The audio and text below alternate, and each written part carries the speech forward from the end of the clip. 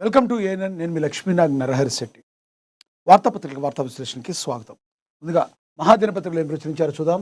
డీజీపీగా CP Anand నియమిస్తూ ఉత్తర్వులు, బహుముఖ ప్రజ్ఞాశాలి అని ప్రచురించారు. ఇక నేడే 10 ఫలితాలు, మరి మధ్యాహ్నం 2 గంటలకు వెల్లడి. 5.15 లక్షల మంది విద్యార్థుల రిజల్ట్ ఈ రోజున రానుంది అని ప్రచురించారు.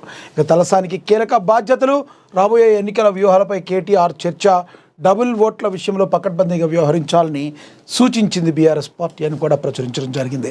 ఇక గూగుల్ పట్నం విశాఖ తీరాన ఏఐ సునామీ, నవ్యాంధ్ర ప్రగతికి గూగుల్ హారతి, మహా స్పెషల్ ఒకటి ప్రచురించారు.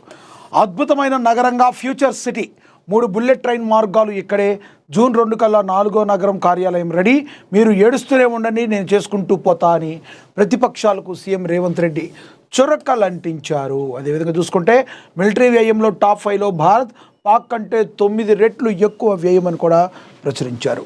ఇక పంజాబ్ జైత్రయాత్రకు రాయల్ బ్రేక్ అని కూడా ప్రచురించారు. తెలంగాణలో 45 డిగ్రీలకు పైగా ఉష్ణోగ్రతలు, రాబోయే 4-5 రోజుల్లో వర్షాలు, ఆదిలాబాద్ నిజామాబాద్ జిల్లాల్లో అధిక ఎండ ఉండే అవకాశం ఉన్నట్టు తెలిపారు. ఇక నచ్చావయ్య రేవంత్, ప్రజాభిప్రాయంలో దూసుకుపోతున్న సీఎం రేవంత్ అని చెప్పి మరి ప్రచురించడం అయితే జరిగింది. ప్రధానంగా ముందు చూసుకుంటే అద్భుత నగరంగా ఫ్యూచర్ సిటీ, 3 బుల్లెట్ ట్రైన్ మార్గాలు ఇక్కడే, జూన్ 2 కల్లా 4వ నగరం కార్యాలయం రెడీ అవుతుంది, మీరు ఏడుస్తూనే ఉండండి నేను చేసుకుంటూ పోతా అని ప్రతిపక్షాలకు సీఎం రేవంత్ రెడ్డి చురకలంటించడం అయితే జరిగింది. ఫ్యూచర్ సిటీ అభివృద్ధిలో అక్కడి ప్రజాప్రతినిధులు భాగస్వాములు కావాలని సీఎం రేవంత్ రెడ్డి ఆకాంక్షించారు. భవిష్యత్ తరాలకు అద్భుత నగరంగా ఫ్యూచర్ సిటీ విరసిల్లుతుందని పేర్కొన్నారు. ఇక ఫ్యూచర్ సిటీ పోలీస్ కమిషనరేట్ భవన నిర్మాణానికి శంకుస్థాపన చేసిన అనంతరం సమావేశంలో పాల్గొని మాట్లాడారు. సర్పంచులు, కార్పొరేటర్లు ప్రభుత్వానికి సహకరిస్తేనే సమస్యలు వేగంగా పరిష్కారం అవుతాయన్నారు. ప్రభుత్వం అధికార కార్యక్రమం జరిగితే ఫ్యూచర్ సిటీ పరిధి గ్రామాలు ప్రజాప్రతినిధులకు పాస్ పంపాలని పోలీసులు సూచించారు. కొంతమంది తమ గ్రామాలకు ఫ్యూచర్ సిటీలో కలపాలని గ్రామస్తులు విజ్ఞప్తి చేశారని, ఆయా గ్రామాల్లో సభలు పెట్టి తీర్మానాలు చేసి కలెక్టర్ మంత్రికి పంపాలని తెలిపారు. ఆయా గ్రామాలను ఫ్యూచర్ సిటీలో భాగం చేసే చర్యలు చేపడతామని, ఫ్యూచర్ సిటీని అభివృద్ధి చెందిన నగరంగా తీర్చిదిద్దాలనేది ప్రభుత్వం యొక్క లక్ష్యమని తెలిపారు సీఎం రేవంత్. అలాగే మీరు ఏడుస్తూనే ఉండండి, కొంతమంది ఫ్యూచర్ సిటీ నిర్మాణం విషయంలో తనను వ్యక్తిగతంగా లక్ష్యం చేసుకుంటున్నారని రేవంత్ అన్నారు. మీరు ఏడుస్తూనే ఉండండి నేను చేసుకుంటూ పోతూనే ఉంటాంటూ తనదైన శైలిలో ప్రతిపక్షాలకు చురకలైతే అంటించారు. కాబట్టి తాను ఏదైతే అనుకున్నానో చేసి తీరుతానని వ్యక్తిత్వం కలిగిన వ్యక్తి సీఎం రేవంత్ రెడ్డి. కాబట్టే ఈ రోజున తెలంగాణ సీఎంగా ఈ రోజున ఆయన ఆ స్టేజ్లో ఉన్నారనే మాట మరి కఠోర సత్యం. కాబట్టి తను ఏదైతే చెయ్యాలని అనుకుంటారో, తను చేయదలుచుకున్న పని ఏదైతే ఉంటుందో దాన్ని చేసుకుంటూ పోతాం రేవంత్ రెడ్డి స్టైల్. నేను చేసే క్రమంలో మీరు ఏదైనా ఏడుస్తూ ఉంటే ఏడవండి, నేనైతే చేసుకుంటూ పోతాను, నా పని నేను చేసుకుంటూ పోతానని ఆయన చెప్పడం అయితే జరిగింది. ఇక నచ్చావయ్య రేవంత్, ప్రజాభిప్రాయంలో దూసుకుపోతున్న సీఎం రేవంత్. ఏఎన్ఎన్ మహా ఛానల్ పత్రిక ఎక్స్క్లూజివ్ సర్వే రిపోర్ట్, సన్నబియ్యం @ సూపర్ హిట్. 50% మంది ప్రజల ఓటు ఆ పథకానికే, కేసీఆర్ కంటే రేవంత్ బెటర్.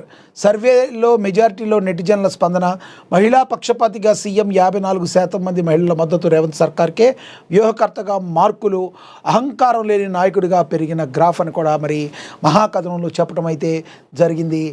తెలంగాణ ముఖ్యమంత్రి రేవంత్ రెడ్డి 2.5 పాలనపై ఏఎన్ఎన్ ఛానల్, మహాపత్రిక సంయుక్తంగా నిర్వహించిన సర్వేలో రేవంత్ రెడ్డి పాలకులు ప్రజలకు జేజేలు పలికారు. నచ్చావయ్య రేవంత్ అనేశారు. సంక్షేమం, అభివృద్ధి, నాయకత్వ శైలిలో ముఖ్యమంత్రి తనదైన ముద్ర వేసినట్లు సర్వే ఫలితాలు స్పష్టం చేస్తున్నాయి. ఏప్రిల్ 28న ఈ సర్వే నిర్వహించగా వివిధ ప్రశ్నలకు వేలాది మంది స్పందించి తమ అభిప్రాయాలను కుండబద్దలు కొట్టారు. సర్వే రిపోర్ట్ మహాపత్రిక పాఠకులకు ప్రత్యేకంగా మరి ఇస్తున్నట్టుగా ప్రచురించారు. ప్రభుత్వం అమలు చేస్తున్న పథకాల్లో ఏది అత్యంత ప్రభావవంతంగా ఉందన్న ప్రశ్నలకు ప్రజలు ఆసక్తికర సమాధానం ఇచ్చారు. సర్వేల్లో పాల్గొన్న 7,500 మందిలో 50% మంది సన్నబియ్యం పంపిణీ పథకమే నెంబర్ 1 అని తేల్చి చెప్పారు. పేదవాడి ఆకలి తీర్చే లక్ష్యంగా తెచ్చిన ఈ పథకం గ్రామీణ పట్టణ ప్రాంతాల్లో అద్భుతమైన స్పందన పొందుతుంది. దీని ద్వారా మహిళల కోసం ఉద్దేశించిన మహాలక్ష్మి ఉచిత బస్సు ప్రయాణం పట్ల కూడా సానుకూలత అయితే వ్యక్తం అయ్యింది.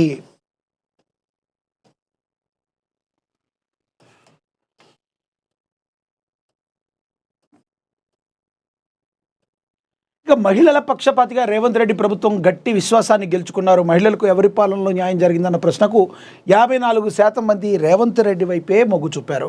గత ప్రభుత్వంలో కవిత ప్రాధాన్యత పెంచుకునే మహిళలకు మరి మంత్రి పదవులు ఇవ్వలేదన్న అభిప్రాయాన్ని 64% మంది వ్యక్తం చేశారు. వ్యూహకర్తగా, అహంకారాలు లేని నేతగా రేవంత్ రెడ్డిలో మీకు నచ్చే అంశం ఏంటని ప్రశ్నించగా ఆయన ఒక మంచి వ్యూహకర్త, అనుకున్నది సాధించే మొండితనం ఉన్న నాయకుడని 28% మంది అభిప్రాయపడ్డారు. పదవిలో ఉన్న అహంకారం లేకపోవడం ఆయనలోని గొప్ప లక్షణమని 23% మంది పేర్కొన్నారు.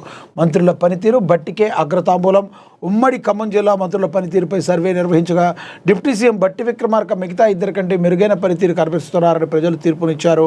రేవంత్ రెడ్డి దూకుడు, పారదర్శక పాలనకు ప్రజలు పూర్తి స్థాయిలో మద్దతు తెలుపుతున్నారని సర్వే ఆధారంగా స్పష్టమైంది. ఏది ఏమైనప్పటికీ కూడా రేవంత్ రెడ్డి మరి మంచి మార్కులైతే కొట్టేశారు. నచ్చావయ్యా రేవంత్ అని అభిప్రాయపడ్డారని ఈ సర్వే రిపోర్టు తెలుపుతుందని కూడా మనకి ప్రచురించారు. ఇక గూగుల్ పట్నం విశాఖ తీరాన ఏఐ సునామీ, నవ్యాంధ్ర ప్రగతికి గూగుల్ హారతి.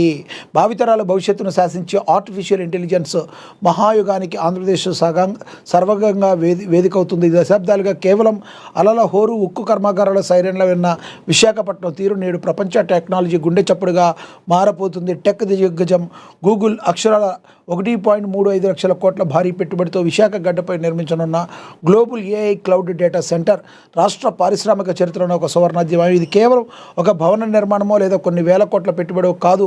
ఇది నిరుద్యోగ యువత కళల సహకారానికి దొరికిన అక్షయ పాత్ర. ముఖ్యమంత్రి నారా చంద్రబాబు నాయుడు దార్శనికతకు ఐటీ మంత్రి నారా లోకేష్ కార్యదర్శకత్వం నిలువెత్తు సాక్ష్యం ఈ ప్రాజెక్టు. సముద్ర గర్భంలో గుండా ఖండాలను కలిపే మరి సబ్సీ డేటా గేట్వే నుంచి 2 లక్షల ఉద్యోగాల సృష్టి వరకు ఏపీని ప్రపంచంలో ఐటీ పట్టణంలో అగ్రగామిగా నిలబెట్టబోతున్న ఈ డిజిటల్ విప్లవంపై మహాపత్రిక అయితే ప్రత్యేక కథనాన్ని అయితే ప్రచురించింది. దీని గురించి కూడా ఒక్కసారి చూద్దాం.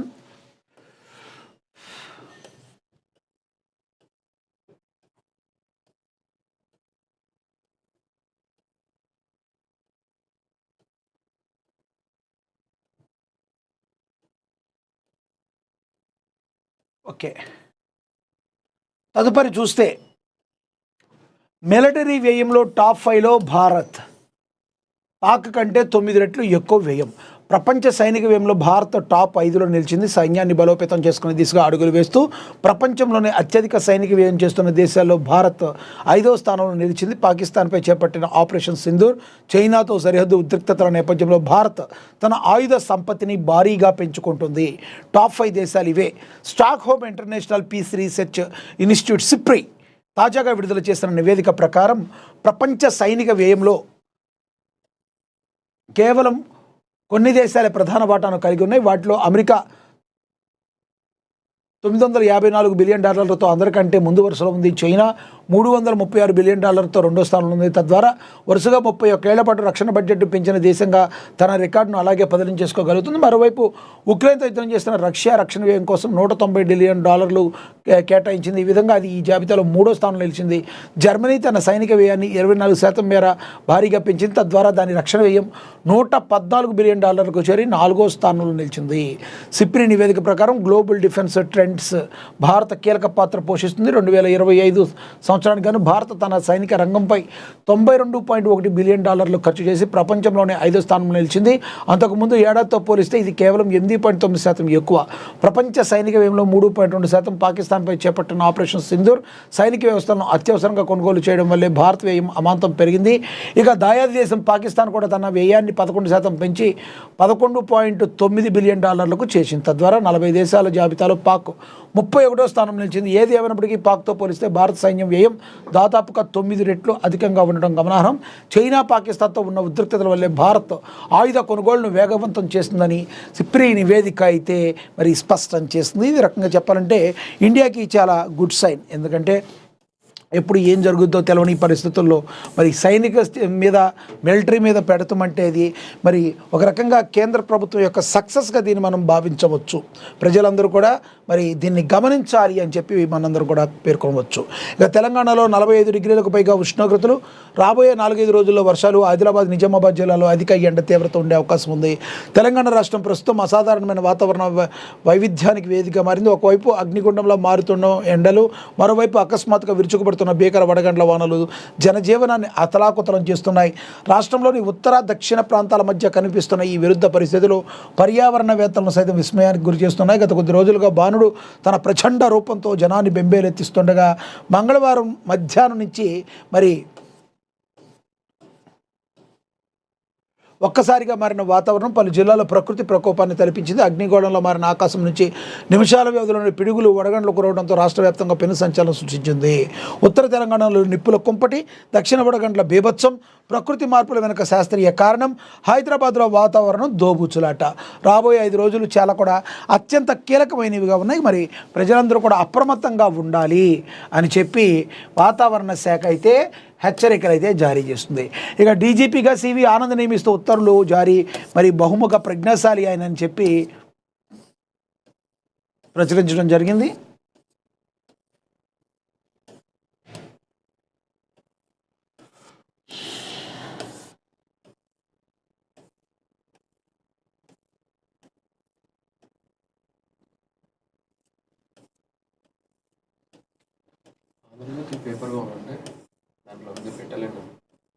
డీజీపీగా సివి ఆనంద్.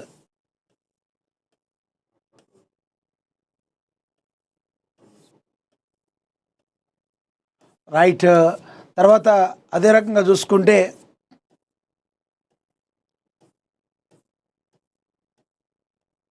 నేడు 10వ తరగతి ఫలితాలు ఉన్నాయి. మధ్యాహ్నం 2 గంటలకు వెల్లడి కాబోతుంది.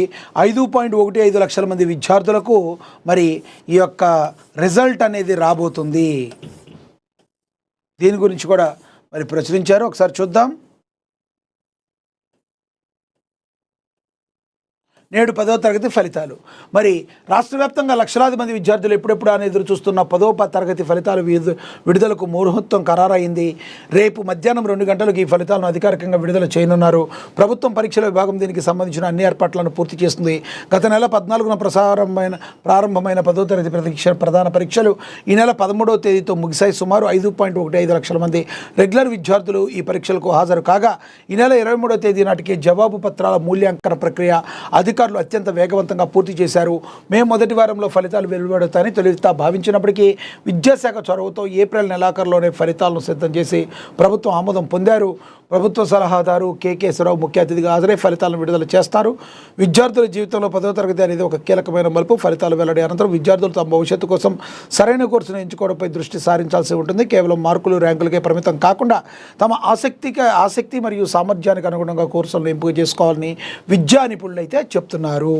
మరి నేడు 10వ తరగతి ఫలితాలు మరి మధ్యాహ్నం 2 గంటలకు రాబోతున్నాయి.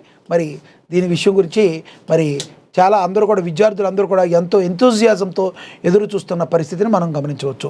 ఇక తలసానికి కీలక బాధ్యతలు మనందరికీ తెలుసు. తలసాని శ్రీనివాస్ యాదవ్ బీఆర్ఎస్లో ఒకప్పుడు మంత్రి ఎంత కీలకంగా ఉన్నారో మనకు తెలుసు. హైదరాబాద్ జిల్లాలో ఓటర్ల జాబితా సవరణ ప్రక్రియపై BRS working president KTR party శ్రేణులకు దిశానిర్దేశం చేశారు. ఈరోజు జరిగిన కీలక సమావేశంలో మాజీ మంత్రులు, ఎమ్మెల్యేలు, నియోజకవర్గ ఇన్ఛార్జీలతో కలిసి ఆయన రాబోయే ఎన్నికల వ్యూహాలపై సుదీర్ఘంగా చర్చించారు. ఈ సందర్భంగా మాజీ మంత్రి తలసాని శ్రీనివాస్ యాదవ్కు కీలక బాధ్యతలు అప్పగించారు. ఎన్నికల సంఘం నిర్వహిస్తున్న స్పెషల్ ఇంటెన్సివ్ రివిజన్ కార్యక్రమాన్ని అత్యంత సీరియస్గా తీసుకోవాలని కేటీఆర్ ఆదేశించారు. ముఖ్యంగా గత ఎన్నికల్లో జూబ్లీహిల్స్ వంటి చోట్ల జరిగిన పరిణామాలను గుర్తు చేస్తూ ప్రత్యర్థి పార్టీలు నమోదు చేయించే దొంగ ఓట్లు, డబుల్ ఓట్లను గుర్తించి వాటిని తొలగించేయాలని పకడ్బందీగా వ్యవహరించాలని సూచించారు. నగరంలోని అర్హులైన ప్రతి ఒక్కరికి ఓటు హక్కు ఉండేలా చూసుకోవడం, కొత్త ఓటర్ల నమోదులో కార్యకర్తలు చొరవ చూపడంపై ఆయన ప్రత్యేకంగా దృష్టి సారించారు. ఈ మొత్తం కార్యక్రమాన్ని పర్యవేక్షణగా మాజీ మంత్రి తలసాని శ్రీనివాస్ యాదవ్ను కేటీఆర్ నియమించారు. ఈ బాధ్యతలపై తలసాని మాట్లాడుతూ ప్రతి నియోజకవర్గంలో బూత్ లెవెల్ అసిస్టెంట్ తక్షణమే నియమించాలని కోరారు. వారికి ప్రత్యేక శిక్షణ ఇచ్చి ఓటర్ల జాబితాలో ఎలాంటి అక్రమాలు జరగకుండా బూత్ స్థాయి నుంచి కాపలా కాయాలని స్పష్టం చేశారు. నగర రాజకీయాల ఓటర్ల జాబితా గెలుపోవటం నిర్ణయిస్తుందని, అందుకే దీనిపై ఏమాత్రం నిర్లక్ష్యం వహించవద్దని ఆ పార్టీ నేతలను అయితే సూచించారు. ఏదేమైనప్పటికీ జూబ్లీహిల్స్ దెబ్బ బీఆర్ఎస్ అబ్బా అంటాం ఖాయమన్నట్టుగా మరి అనిపించింది. ఏది ఏమైనా బీఆర్ఎస్ అయితే రిపేర్ చర్యలు అయితే చేపడుతుంది. మరి రేవంత్ ముందు ఈ సాగుతాయా, ఎంతవరకు ఉంటాయని చూడాలి. ఏదేమైనప్పటికీ కూడా మరి ఓటర్ల జాబితా అనేది చాలా చాలా ఇంపార్టెంట్. మరి చూడాలి తలసాని శ్రీనివాస్ యాదవ్ కేటీఆర్ పెట్టుకున్న నమ్మకాన్ని ఎంతవరకు ముందుకు తీసుకెళ్తారని. ఇక మార్కులోనూ రేవంత్ జోరు 56% మద్దతు. ముఖ్యమంత్రి పాలనపై రేటింగ్ కోరగా దాదాపుగా 10,000 మంది నెటిజన్లు స్పందించారు. ఇందులో 56% మంది రేవంత్ రెడ్డి పాలన చాలా బాగుందని కితాబిచ్చారు. గత 10 ఏళ్ల కేసీఆర్ పాలన కంటే రేవంత్ రెడ్డి పనితీరు చాలా మెరుగ్గా ఉందని 55% మంది స్పష్టం చేశారు. ఐపీఎల్లో పంజాబ్ జైత్రయాత్రకు రాయల్ బ్రేక్ పడింది. జైపూర్ కోటలో రాజస్థాన్ విశ్వరూపం 6 వికెట్ల తేడాతో ఘన విజయం. ఐపీఎల్ 2026 మలుపు తిప్పిన జైపూర్ సమరం. పాయింట్ల పట్టికలో రాయల్స్ హవా.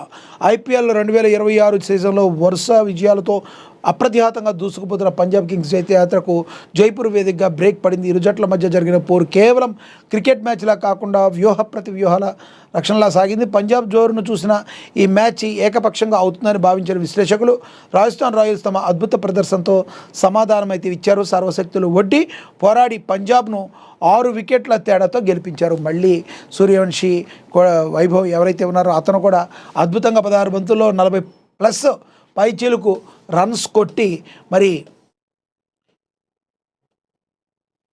రాజస్థాన్ రాయల్స్ విజయంలో కీలక పాత్ర అతను కూడా పోషించాడు సూర్యవంశీ. మరి ఇక చూసుకుంటే పంజాబ్ దాడికి రాజస్థాన్ కట్టుదిట్టమైన వ్యూహం ఇచ్చింది. లక్ష్యఛేదంలో రాజస్థాన్ ఓపెనర్ల మెరుపు ఆరంభం అనంతరం భారీ లక్ష్యఛేదంలో బరిలోకి దిగిన రాజస్థాన్ రాయల్స్ ఏమాత్రం తరబడలేదు. ఓపెనర్లు మొదటి ఓవర్ నుంచే పంజాబ్ బౌలర్లపై ఎదురుదాడికి దిగారు. పవర్ ప్లేను అద్భుతంగా వినియోగించుకుని 4లు 6లతో విరుచుకుపడ్డారు.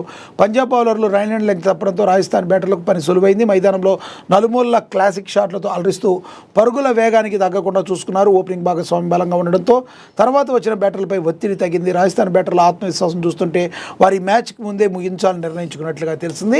ఏది ఏమైనప్పటికీ పంజాబ్ ఒక్క మ్యాచ్ కూడా ఓడిపోకుండా వెళ్ళారు. వాళ్ళకి ఓటమినైతే రుచి చూపించినట్టుగా మనకి దీన్ని బట్టి అర్థం అవుతుంది. ఇక తదుపరి చూసుకుంటే అద్భుత నగరంగా ఫ్యూచర్ సిటీ ఉందని మనం చదువుకుని ఇందాక కూడా దాని గురించి కూడా మాట్లాడుకున్నాం. ఇక డీసీసీ అధ్యక్షులుగా యనగాల వెంకట్రామరెడ్డి హనుమకొండ జిల్లా కాంగ్రెస్ మొదటి పిఎస్సి సమావేశం జరిగింది. వరంగల్లోని కూడా ప్రచురించారు. ఇక వికలాంగులకు అండగా ప్రజాప్రభుత్వం మరి వరంగల్లో వికలాంగులకు సహాయక ఉపకరణాల పంపిణీ కార్యక్రమం జరిగింది. పాల్గొన్నారు హనుమకొండ డీసీసీ అధ్యక్షులు యనగాల వెంకట్రామరెడ్డి అని ప్రచురించారు. ఇక గ్రామాల్లో మౌలిక సదుపాయాలపై ప్రత్యేక దృష్టి సారించాలని, అర్హులందరికీ ప్రభుత్వ సంక్షేమ పథకాలు అందేలా కృషి చేయాలని, ప్రభుత్వ పాఠశాలల్లో విద్యార్థుల సంఖ్య పెంచాలని పరకాల ఎమ్మెల్యే రేవూరి ప్రకాష్ రెడ్డి తెలిపారు. ఇక అదేవిధంగా సిఐ విశ్వేశ్వర్కు సిపి చేతుల మీదుగా ప్రశంసా పత్రం అందింది. వరంగల్లో ఉన్నతాధికారులు ప్రశంసలు అందుకున్నారు. సిఐ విశ్వేశ్వర్ అని కూడా ప్రచురించారు. ఇక మాజీ ఎమ్మెల్యేను పరామర్శించారు. వరంగల్లో డాక్టర్ వన్నాల వెంకటరమణ అని కూడా ప్రచురించారు. ఇక వరంగల్లో శ్రీ భద్రకాళి భద్రేశ్వరుల కళ్యాణ బ్రహ్మోత్సవాలు రజకులస్తుల ఆధ్వర్యంలో ప్రత్యేక పూజా కార్యక్రమాలు అత్యంత అద్భుతంగా జరిగాయి. అలాగే ఎమ్మెల్యే సమక్షంలో కాంగ్రెస్లోకి మాజీ జెడ్పీటీసీ చేరిక మరి కండువా కప్పి వరంగల్లో పార్టీలోకి ఆహ్వానించారు టీపీసీసీ అధ్యక్షుడు. ఇక డీజీపీగా సివి ఆనంద్ నియమిస్తూ ఉత్తర్వులు. ఆయన బహుముఖ ప్రజ్ఞాశాలి. తెలంగాణ రాష్ట్ర పోలీస్ దళానికి నూతన సర్వసైన్యాధ్యక్షుడిగా సీనియర్ ఐపీఎస్ అధికారి సివి ఆనంద్ నియామకమయ్యారు. రాష్ట్ర పోలీస్ డైరెక్టర్ జనరల్ డీజీపీగా ఆయన మే 1వ తేదీన బాధ్యతలు చేపట్టనున్నారు. సుమారుగా 35 ఏళ్ల సుదీర్ఘ సర్వీసులో మరి ఆయన క్షేత్రస్థాయి నుంచి అత్యున్నత విభాగాలకు వరకు అన్నింటా తన ముద్ర వేసిన ఆనంద్ ఇప్పుడు రాష్ట్ర పోలీస్ వ్యవస్థను సమర్థవంతంగా నడిపించేందుకు సిద్ధమయ్యారు. హైదరాబాద్ మట్టిలోనే పుట్టి పెరిగి ఇక్కడ పరిస్థితులపై పూర్తి అవగాహన ఉన్న అధికారి కావడంతో ఆయన నియామకంపై సర్వత్రా హర్షం అయితే వ్యక్తమవుతుంది. విద్యార్థి దశ నుంచే టాపర్గా ఉన్నారు. 1968లో భాగ్యనగరంలో జన్మించిన సివి ఆనంద్ విద్యార్థి దశ నుంచి అత్యంత ప్రతిభావంతుడిగా గుర్తింపు పొందారు. ప్రతిష్టాత్మకమైన హైదరాబాద్ పబ్లిక్ స్కూల్లో టాపర్గా నిలిచిన ఆయన నిజాం కాలేజీ మరియు ఉస్మానియా విశ్వవిద్యాలయంలో ఉన్నత విద్యను అభ్యసించారు అని చెప్పి ఆయన గురించి మాట్లాడుతూ ప్రచురించడం జరిగింది. మహిళా భద్రత టెక్నాలజీకి పెద్దపీట వేయనున్నారు. బహుముఖ ప్రజ్ఞాశాలి, క్రీడా స్ఫూర్తి ప్రదాత అని కూడా ఆయన గురించి చెప్పడం అయితే జరిగింది. మరి సివి ఆనంద్ వస్తున్నందుకు అందరూ కూడా హ్యాపీగా ఉన్నట్టుగా మనందరికి కూడా దీన్ని బట్టి అర్థమవుతుంది. ఇక మహిళా రిజర్వేషన్ల కోసం మహాయజ్ఞం. ప్రతిపక్షాల రెడ్ సిగ్నల్ను దాటుకుని ముందుకు 40 ఏళ్ల ద్రోహానికి ముగింపు పలుకుతాం. కాశీ అయోధ్యలకు అమృత భారత్ వేగం. వారణాసి పూణే అయోధ్యల ముంబై రైళ్లకు పచ్చ జెండా ఊపారు నరేంద్ర మోడీ అని కూడా ప్రచురించడం అయితే జరిగింది. అదేవిధంగా చూసుకుంటే గూగుల్ పట్నం విశాఖ అని ఒక ప్రత్యేక కథనాన్ని అయితే కూడా మరి ప్రచురించారు మన మహాపత్రికలో. 1.35 లక్షల కోట్ల పెట్టుబడితో మారుతున్న ఏపీ ముఖ చిత్రమని, వికసిత భారత్ 2047 మహాస్వప్నానికి పునాది రాయని, డిజిటల్ ట్రేడ్ మరి రూట్గా మారనున్న తూర్పు తీరం, ఖండాలను కలుపుతున్న ఫైబర్ ఆప్టిక్ నెట్వర్క్, అంతర్జాతీయ స్థాయి డేటా పరిరక్షణకు అభేద్యమైన కోట విశాఖ అని దేశవ్యాప్తంగా పెట్టుబడుల్లో 25% ఏపీకే ఉన్నాయి అని కూడా ప్రచురించడం అయితే జరిగింది. స్థానిక యువతకు అడ్వాన్స్డ్ శిక్షణ కూడా ఇవ్వబోతున్నారు. ఇక 2 లక్షల ఉద్యోగాలు వెల్లువెత్తింది. దీని గురించి ఒక ప్రత్యేక కథనాన్ని అయితే మరి మహాదినపత్రిక రాయటం అయితే జరిగింది. ఇక అదేవిధంగా చూసుకుంటే జిల్లాలో ఎయిర్పోర్ట్ అథారిటీ ఆఫ్ ఇండియా అధికారుల పర్యటన, మామునూరు ఎయిర్పోర్టుకు ప్రత్యేక డిజైన్, మామునూరు ఎయిర్పోర్ట్ స్థల పరిశీలన. మరి ఎయిర్పోర్ట్ అథారిటీ ఆఫ్ ఇండియా అధికారులు 2 రోజుల పర్యటనలో భాగంగా వరంగల్ జిల్లాలో పర్యటించారు. ఈ బృందంలో జిల్లా కలెక్టర్ డాక్టర్ సత్యశారద, అదనపు collector G Sandhyarani, airport authority of India బృందం ఈడీఎస్కే గుప్తా చౌదరి, జిఎంసీ బాలేంద్ర కుమార్ తివారీ పలువురు ఇక్కడ దీన్ని పర్యటించి దీన్ని సందర్శించడం అయితే జరిగింది. ఇక నిరుపేదలకు సంజీవని సేవలకు ప్రశంసనీయం. మరి సిబ్బంది కొరత, రోగులకు ఇబ్బందులు, వందలాది మంది నర్సులు అవసరం, 20 మందితోనే సేవలు, మధ్యాహ్నం తర్వాత వైద్య సేవల్లో మందగమనం, శిశు విభాగంలో పర్యవేక్షణ లోటు, కుషాయిగూడలో ఈ ప్రభుత్వ ఆసుపత్రిలో ఇలా ఉంది అని చెప్పి, ప్రభుత్వ వైద్యశాలలో ఇలా ఉందని చెప్పి ప్రచురించడం అయితే జరిగింది. ఇక రాయపోలు ధాన్యం కొనుగోలు కేంద్రాన్ని ప్రారంభించారు. మరి ఎమ్మెల్యే మల్రెడ్డి రంగారెడ్డి ప్రభుత్వం నిర్ణయించిన గిట్టుబాటు ధర మరి కొనుగోలు, రైతులకు కావాల్సిన సౌకర్యాలు కల్పించాలని సెక్రటరీ ధనరాజ్ అయితే తెలపడం చేయడం అయితే జరిగిందని ప్రచురించారు. ఇక సంక్షేమ పథకాల ప్రచారంలో సమాచార శాఖను తీర్చిదిద్దాలని రాష్ట్ర అధ్యక్షులు మరి వరంగల్లో నారగౌని పురుషోత్తం తెలియజేశారు. ఇక మేడేను విజయవంతం చేయాలని చెప్పి రాజేంద్ర నగర్లో 4 లేబర్ కోడ్ల చేయాలని చేసే వరకు కూడా పోరాటం ఆగదని ఏఐటీసీ జిల్లా ప్రధాన కార్యదర్శి పానుగంటి పర్వతాలు తెలియజేశారని కూడా ప్రచురించడం అయితే జరిగింది. కుషాయిగూడలో 54 భారీ హనుమాన్ విగ్రహం ప్రతిష్టాపనకు రంగం సిద్ధమైంది. హనుమాన్ విగ్రహ నిర్మాణ ప్రతిష్ట ఆధ్వర్యంలో కుషాయిగూడ బజరంగ దళ కుషాయి వెల్ఫేర్ అసోసియేషన్ సహకారంతో నిర్మిస్తున్న 54 అడుగుల భారీ విగ్రహ నిర్మాణం తుది దశకు చేరుకుంది. మే 1 శుక్రవారం వైశాఖ శుద్ధ పౌర్ణమి స్వాతి నక్షత్ర సమయంలో విగ్రహ ప్రతిష్టాపన కార్యక్రమం జరగబోతుంది. దీనందరికీ కూడా హిందూ సోదరులందరూ కూడా పాల్పంచుకోవాలి ఈ కార్యక్రమంలోని వాళ్ళు పిలుపునివ్వడం జరిగిందని కూడా ప్రచురించారు. ఇక అదేవిధంగా పెండింగ్ ఫీజు రియంబర్స్మెంట్ వెంటనే విడుదల చేయాలని, విద్యార్థుల భవిష్యత్తుతో చెలగాటం ఆడొద్దని ఏబీవీపీ వీరపట్నం జిల్లా కన్వీనర్ పయ్యంశెట్టి జగదీష్ అన్నారు. మంగళంపల్లి సాగర్ హైవేపై ఏబీవీపీ ధర్నా చేసింది. భారీ ట్రాఫిక్ జామ్ అయ్యింది. పోలీసులు రంగప్రవేశం చేశారు. ఆందోళనకారులను అదుపు చేసి ట్రాఫిక్ని అయితే క్లియర్ చేశారు అని ప్రచురించడం అయితే జరిగింది. ఇక సుశ్రుత గ్రామీణ వైద్యస్తుల ఫస్ట్ ఎయిడ్ సంఘాన్ని వారు 9వ వార్షికోత్సవంలో పాల్గొన్నారు. ప్రభుత్వ వైపు బేర్ల ఐలయ్య, అదేవిధంగా పెట్రోల్ డీజిల్ కొరత లేకుండా చూడాలని చెప్పి యాదాద్రి భువనగిరి జిల్లాలో మరి రెవెన్యూ అదనపు కలెక్టర్ వెంకటరెడ్డి సమావేశమయ్యి ఈ యొక్క సమావేశంలో ఆయన తెలియజేయడం జరిగింది. ఇక పెట్రోల్ డీజిల్ కొరతపై బంకు యాజమాన్యులు బాధ్యతగా వ్యవహరించాలని చెప్పి బొర్గంపహాడ్లో సిపిఎం మండల కార్యదర్శి బత్తుల వెంకటేశ్వర్లు తెలియజేయడం జరిగిందని ప్రచురించారు. ఇక కలకలం రేపిన నకిలీ బంగారు నగల రుణం 7,50,000 హాంఫట్ పట్వారీగూడెం టీజీవీలో ఘటన, విధులకు గైర్హాజరైన బ్యాంకు మేనేజర్ ఎలా జరిగిందో తెలియదు అంటున్న ఉద్యోగ సిబ్బంది మేనేజర్ తీరుపై అనుమానాలు వ్యక్తపరుస్తున్న స్థానికులు పోలీసులకు ఫిర్యాదు చేయకపోవడంపై పలు అనుమానాలు కూడా వ్యక్తమవుతున్నాయని కూడా తెలియజేయడం జరిగింది. ఇక భద్రాచలం రోడ్ రైల్వే స్టేషన్ ఆధునీకరణ పనులను వెంటనే పూర్తి చేయాలని సమావేశంలో railway board member Y Srinivasa Reddy demand చేశారు. భద్రాద్రి కొత్తగూడెం జిల్లాలో బాల్య వివాహాలపై నివారణపై విద్యార్థులు తల్లిదండ్రులకు అవగాహన కార్యక్రమం జరిగింది బోర్గంపాడులో. అదేవిధంగా వైభవంగా మణుగూరులో అయ్యప్ప స్వామి జన్మ నక్షత్ర వేడుకలు, హరిహర సుతనికి పంచామృతాభిషేకాలు, మహాన్నదానం, మజ్జిగను కూడా పంపిణీ చేయడం అయితే జరిగింది. ఇక ధరల పెంపు కోసమే ఇంధన కొరత నాటకాలు, ప్రభుత్వ తీరుపై ఉద్యమించాలని న్యూ డెమోక్రసీ నేత ఆవునధూరి మధు తెలియజేశారు. ఇక భద్రాద్రి కొత్తగూడెం జిల్లాలోని ఇంధన సరఫరాపై నిరంతర పర్యవేక్షణ ఉండాలని చెప్పి జిల్లా కలెక్టర్ అంకిత్ తెలియజేశారని కూడా ప్రచురించడం జరిగింది. విద్యార్థి నాయకులు ముందస్తు అరెస్టులతో ఉద్యమాన్ని ఆపలేరని ఏఐఎస్ఎఫ్ జిల్లా సహాయ కార్యదర్శి గుగులోతు వంశీ తెలిపారు జూలూరుపాడులో.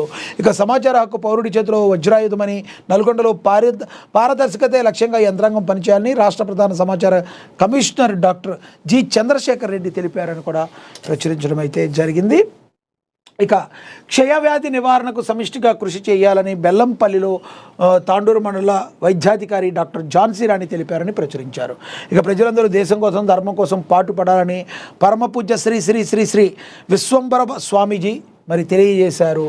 ఇక నల్గొండలో వేణు విద్యా ఆసుపత్రి నిర్లక్ష్యం, గర్భిణీకి గర్భనిరోధక మాత్రలు రాసిన డాక్టర్ ప్రాణాలతో చెలగాటమాడుతున్నారంటూ బంధువుల ఆందోళన, ప్రభుత్వ వైద్యురాలి ప్రైవేటు దోపిడీపై మరి ప్రజల ఆగ్రహం అని కూడా ప్రచురించారు. ఇక సినిమా న్యూస్కి వచ్చేస్తే పెళ్లి కాకుండానే పిల్లలు టాలీవుడ్ హీరోయిన్ నిత్యమేనన్ గురించి తెలుగు వారికి పరిచయం అక్కర్లేదు. టాలీవుడ్ స్టార్ హీరోయిన్గా మెప్పించింది. అలా మొదలైంది సినిమాతో టాలీవుడ్లో ఎంట్రీ ఇచ్చిన మలయాళం ముద్దుగుమ్మ తెలుగులో పలు సూపర్ హిట్ చిత్రాల్లో నటించారు. గతేడాది ఇడ్లీ కొట్టు, కాదలిక్క నిర్మల చిత్రాల్లో కనిపించారు. ప్రస్తుతం ఈ బ్యూటీ నిర్మాతగా ఎంట్రీ ఇస్తున్నారు. కేయూరి ప్రొడక్షన్స్ అనే పేరుతో నిర్మాణ సంస్థ కూడా ప్రారంభించారు. అయితే ఇటీవల 39వ వసంతంలోకి అడుగుపెట్టిన మలయాళ బ్యూటీ పెళ్లి గురించి గతంలో చాలాసార్లు మాట్లాడింది. తాజాగా మరోసారి పెళ్లిపై నిత్యా చేసిన కమెంట్స్ వైరల్గా మారాయి. గతంలో సరైన వ్యక్తి దొరికితే పెళ్లి చేసుకుంటానని చెప్పిన ముద్దుగమ్మ పెళ్లి అనేది జీవితం ఒక భాగం మాత్రమే అన్నారు. తాజాగా మరోసారి పిల్లలు అనే కాన్సెప్ట్పై మాట్లాడింది. ఈ సందర్భంగా ఆసక్తికర కమెంట్ చేశారు. పెళ్లికి పిల్లలను కనడానికి ఎలాంటి సంబంధం లేదని నిత్యా మీనన్ షాకింగ్ కమెంట్స్ చేశారు. పిల్లలు కావాలనుకోవడం అనేది పూర్తిగా మన వ్యక్తిగత నిర్ణయం అన్నారు. అందుకు పెళ్లి ఒకటే మార్గం కాదన్నారు. పెళ్లి చేసుకోకుండా పిల్లలను కనడం తప్పేం కాదని నిత్యా మీనన్ అయితే చెప్పుకొచ్చారు. ఇక హ్యాష్ కింగ్లో 100లో ఎంట్రీ. నాగార్జున హీరోగా నటిస్తున్న హ్యాష్ కింగ్ 100 సినిమాల్లో భాగమయ్యారు.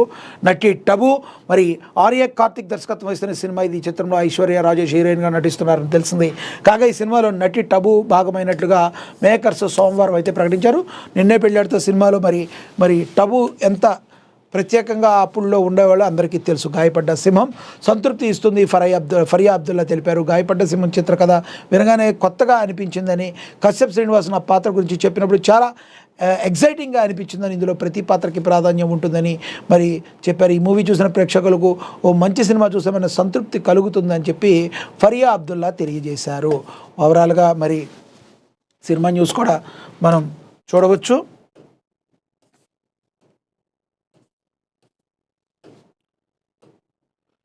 సో